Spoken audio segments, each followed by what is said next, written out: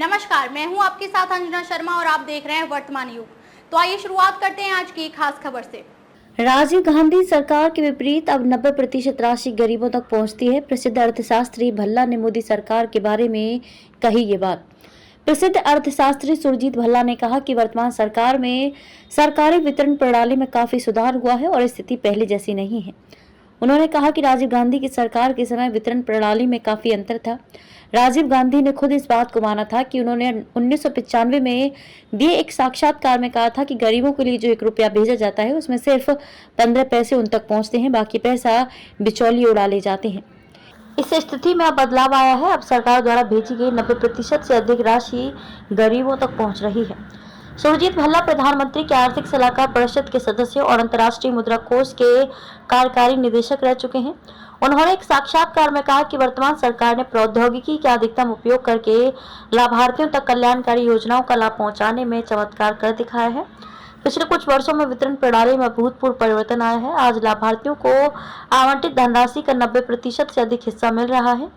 भल्ला ने कहा कि सरकार आज गरीब और वंचित नागरिकों के लिए जो भी फंड निर्धारित कर रही है वह सीधे उनके खातों में पहुंच रहा है।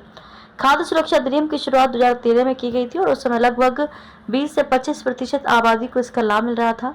इसकी वास्तविक उपयोगिता अब जाकर हासिल हो पाई है। इस समय हाशिए पर पड़ी 90% से अधिक आबादी इसका लाभ उठा रही है।